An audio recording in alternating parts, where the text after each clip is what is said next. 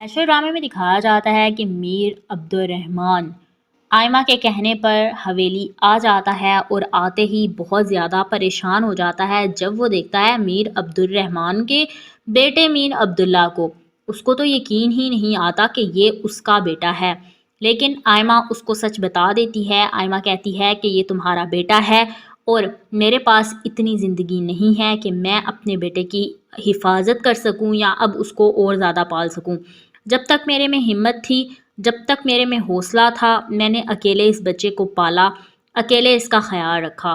اب میرے پاس اتنا ٹائم نہیں ہے، اتنی زندگی نہیں ہے کہ میں اپنے اس بچے کو اپنے لیے سنبھال کر رکھوں یا میں صرف اس کے لیے جیوں۔ میری رپورٹس دیکھو، میں کینسر کی مریضہ ہوں، کسی بھی ٹائم اس دنیا سے جا سکتی ہوں، لاسٹ سٹیج پر زندگی جو ہے اس کو سروائیو کر رہی ہوں۔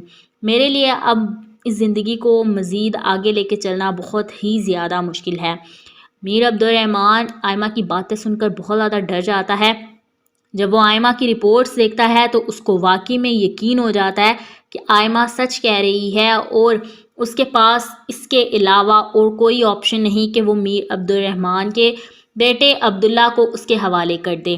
وہ چاہتا ہے کہ عبداللہ جو ہے وہ اپنے باپ کے ساتھ رہے، اس کے پاس خوش رہے، مطمئن رہے، تاکہ آئمہ خوشی خوشی مر سکے۔ آئمہ جو ہے وہ اپنے بچے کے لیے کبھی بھی برا نہیں چاہتی تھی، وہ نہیں چاہتی تھی کہ اس کی لائف جو ہے وہ کوئی مذاق بنے یا اس کی لائف کسی قسم کا کوئی تماشا بنے، اس لیے اس نے آج تک سب سے چھپایا کہ وہ عبد الرحمن کے بیٹے عبداللہ کو پال رہی ہے۔ اس نے سب کو، اپنے رشتہ داروں کو بتایا کہ عبد الرحمن کو اس بات کا پتہ ہے، لیکن عبد الرحمن تو بالکل لائن تھا اس چیز سے۔ عبد الرحمن کو جب پتہ چلتا ہے کہ اس کا ایک عدد بیٹا بھی ہے تو اس کی تو جیسے کہ پیروں تلے سے زمین نکل جاتی ہے۔ وہ کہتا ہے کہ آئمہ نے اتنے برس مجھ سے یہ بات چھپائی تو کیوں؟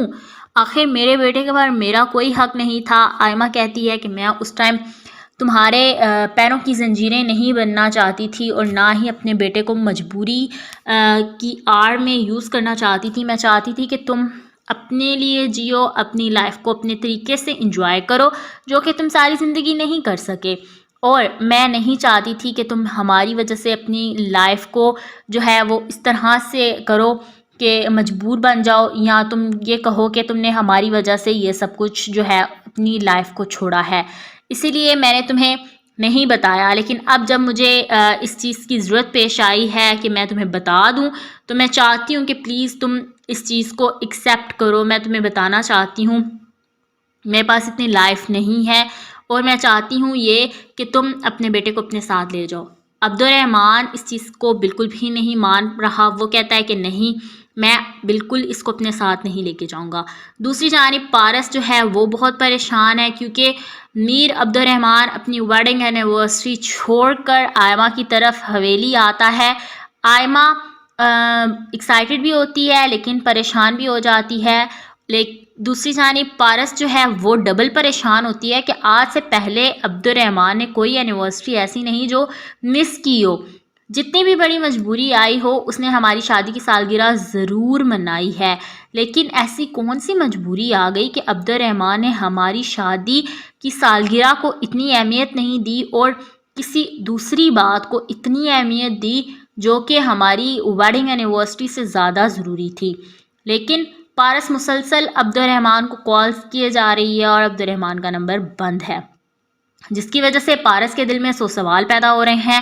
پارس اپنے بچے کو، اپنی بیٹی کو اپنے پاس بلا کر اس کو پیار کرتی ہے، اس کو کہتی ہے کہ اب آپ سو جائیں۔ آئمہ جو ہے وہ اپنے بیٹے کو کہتی ہے کہ آپ تیار ہوں، آپ کے بابا آپ کو لینے آئے ہیں۔ آئمہ کا بیٹا عبداللہ اپنی ماں سے کہتا ہے کہ آپ ہمارے ساتھ جائیں گی، اتنے میں مانی جو ہے وہ بھی آ جاتا ہے اور آئمہ جو ہے وہ پھر مانی کے سامنے عبد الرحمن سے کہتی ہے کہ میرے پاس اتنی زندگی نہیں ہے، تم پلیز میرے بیٹے کو لے جاؤ، میں اپنے بیٹے سے بہت پیار کرتی ہوں، میں نے آج تک اس کو کبھی تمہاری کمی محسوس نہیں ہونے دی، صرف اسی وجہ سے کہ میرا بیٹا بہت لاڈوں میں پلا ہے، میں نے اپنے بیٹے کو بہت خوشی خوشی پالا ہے، میں نہیں چاہتی کہ میرے بیٹے کو کسی قسم کی بھی تکلیف ہو آنے والی زندگی میں، وہ اکیلے زندگی گزارے سیم اس طرح جس میں تم نے گزاری۔ میں نہیں چاہتی کہ اس کو مانی کی بیوی فوزیہ پروین جو ہے وہ پالے، پلیز تم اپنے بیٹے کو اپنے ساتھ لے جاؤ۔ اسپیشل ڈرامے میں دکھایا جاتا ہے کہ میر عبد الرحمن آئمہ کے کہنے پر حویلی آ جاتا ہے اور آتے ہی بہت زیادہ پریشان ہو جاتا ہے جب وہ دیکھتا ہے میر عبد الرحمن کے بیٹے میر عبداللہ کو۔ اس کو تو یقین ہی نہیں آتا کہ یہ اس کا بیٹا ہے، لیکن آئمہ اس کو سچ بتا دیتی ہے۔ آئمہ کہتی ہے کہ یہ تمہارا بیٹا ہے اور میرے پاس اتنی زندگی نہیں ہے کہ میں اپنے بیٹے کی حفاظت کر سکوں یا اب اس کو اور زیادہ پال سکوں۔ جب تک میرے میں ہمت تھی، جب تک میرے میں حوصلہ تھا، میں نے اکیلے اس بچے کو پالا، اکیلے اس کا خیال رکھا۔ اب میرے پاس اتنا ٹائم نہیں ہے، اتنی زندگی نہیں ہے کہ میں اپنے اس بچے کو اپنے لیے سنبھال کر رکھوں یا میں صرف اس کے لیے جیوں۔ میری رپورٹس دیکھو، میں کینسر کی مریضہ ہوں، کسی بھی ٹائم اس دنیا سے جا سکتی ہوں، لاسٹ سٹیج پر زندگی جو ہے اس کو سروائیو کر رہی ہوں۔ میرے لیے اب اس زندگی کو مزید آگے لے کے چلنا بہت ہی زیادہ مشکل ہے۔ میر عبد الرحمن آئمہ کی باتیں سن کر بہت زیادہ ڈر جاتا ہے۔ جب وہ آئمہ کی رپورٹس دیکھتا ہے تو اس کو واقعی میں یقین ہو جاتا ہے کہ آئمہ سچ کہہ رہی ہے اور اس کے پاس اس کے علاوہ اور کوئی آپشن نہیں کہ وہ میر عبد الرحمن کے بیٹے عبداللہ کو اس کے حوالے کر دے۔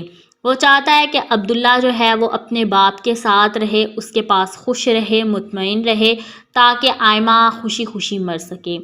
آئمہ جو ہے وہ اپنے بچے کے لیے کبھی بھی برا نہیں چاہتی تھی، وہ نہیں چاہتی تھی کہ اس کی لائف جو ہے وہ کوئی مذاق بنے یا اس کی لائف کسی قسم کا کوئی تماشا بنے، اس لیے اس نے آج تک سب سے چھپایا کہ وہ عبد الرحمن کے بیٹے عبداللہ کو پال رہی ہے۔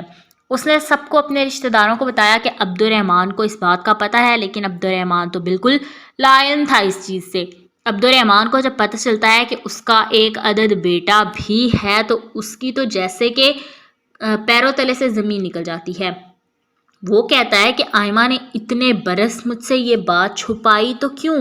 آخر میرے بیٹے کے بارے میرا کوئی حق نہیں تھا۔ آئمہ کہتی ہے کہ میں اس ٹائم تمہارے پیروں کی زنجیریں نہیں بننا چاہتی تھی اور نہ ہی اپنے بیٹے کو مجبوری کی آڑ میں یوز کرنا چاہتی تھی۔ میں چاہتی تھی کہ تم اپنے لیے جیو، اپنی لائف کو اپنے طریقے سے انجوائے کرو، جو کہ تم ساری زندگی نہیں کر سکے، اور میں نہیں چاہتی تھی کہ تم ہماری وجہ سے اپنی لائف کو جو ہے وہ اس طرح سے کرو کہ مجبور بن جاؤ، یا تم یہ کہو کہ تم نے ہماری وجہ سے یہ سب کچھ جو ہے اپنی لائف کو چھوڑا ہے، اسی لیے میں نے تمہیں نہیں بتایا۔ لیکن اب جب مجھے اس چیز کی ضرورت پیش آئی ہے کہ میں تمہیں بتا دوں، تو میں چاہتی ہوں کہ پلیز تم اس چیز کو ایکسیپٹ کرو۔ میں تمہیں بتانا چاہتی ہوں میرے پاس اتنی لائف نہیں ہے اور میں چاہتی ہوں یہ کہ تم اپنے بیٹے کو اپنے ساتھ لے جاؤ۔ عبد الرحمن اس چیز کو بالکل بھی نہیں مان رہا، وہ کہتا ہے کہ نہیں، میں بالکل اس کو اپنے ساتھ نہیں لے کے جاؤں گا۔ دوسری جانب پارس جو ہے وہ بہت پریشان ہے، کیونکہ میر عبد الرحمن اپنی ویڈنگ اینیورسری چھوڑ کر آئمہ کی طرف حویلی آتا ہے۔ آئمہ ایکسائٹڈ بھی ہوتی ہے لیکن پریشان بھی ہو جاتی ہے۔ دوسری جانب پارس جو ہے وہ ڈبل پریشان ہوتی ہے کہ آج سے پہلے عبد الرحمن نے کوئی اینیورسری ایسی نہیں جو مس کی ہو، جتنی بھی بڑی مجبوری آئی ہو اس نے ہماری شادی کی سالگرہ ضرور منائی ہے، لیکن ایسی کون سی مجبوری آ گئی کہ عبد الرحمن نے ہماری شادی کی سالگرہ کو اتنی اہمیت نہیں دی اور کسی دوسری بات کو اتنی اہمیت دی جو کہ ہماری ویڈنگ اینیورسری سے زیادہ ضروری تھی۔ لیکن پارس مسلسل عبد الرحمن کو کالز کیے جا رہی ہے اور عبد الرحمن کا نمبر بند ہے، جس کی وجہ سے پارس کے دل میں 100 سوال پیدا ہو رہے ہیں۔ پارس اپنے بچے کو، اپنی بیٹی کو اپنے پاس بلا کر اس کو پیار کرتی ہے، اس کو کہتی ہے کہ اب آپ سو جائیں۔